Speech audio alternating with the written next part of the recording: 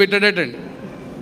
సూర్యుల్లోని తీక్షణత, చంద్రుల్లోని ఆర్ద్రత, నిప్పులోని వెచ్చదనం, మంచులోని చల్లదనం, పిల్లిలోని పిరికిదనం, పులిలోని కరకతనం, కాకి గోల, కోకిల ఏల, చీమలో నుంచి శ్రమించే గుణం, నెమల్లో నుంచి నాట్యం, నక్కలో నుంచి చిత్తులు, ఇవన్నీ తీసి ఆడ మనుషులు పెట్టాడట.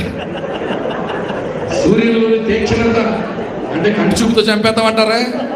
అలా చూపు అలా ఉంటుంది. చంద్రుల్లోని ఆర్ద్రత, నిప్పులోని వెచ్చదనం, మంచులోని చల్లదనం అంటే అర్థం ఏంటనుకుంటున్నారు?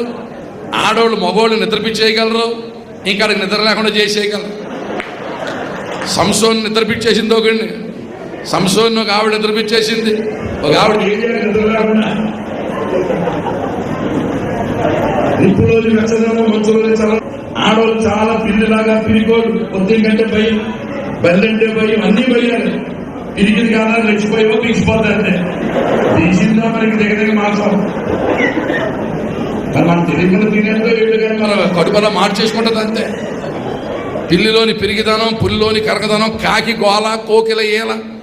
ఆడవాళ్ళు కాకిలాగా గోల చేస్తారు 10 మంది ఉంటే, కోకిల్లాగా పాడగలరు, నెమల్లాగా నాట్యం, చీమలాగా శ్రమించే గుణం. తెల్లారి గంటలు లెగుస్తుంది ఆడమనిషి, మళ్ళీ రాత్రి 10 గంటల దాకా మెదిలినట్టే ఉంటుంది, తుడిసినట్టే ఉంటుంది, తోమినట్టే ఉంటుంది.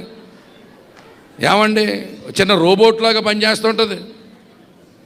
నెమల్లోని నాట్యం, చీమలోని శ్రమించే గుణం, నక్కలోని జిత్తులు.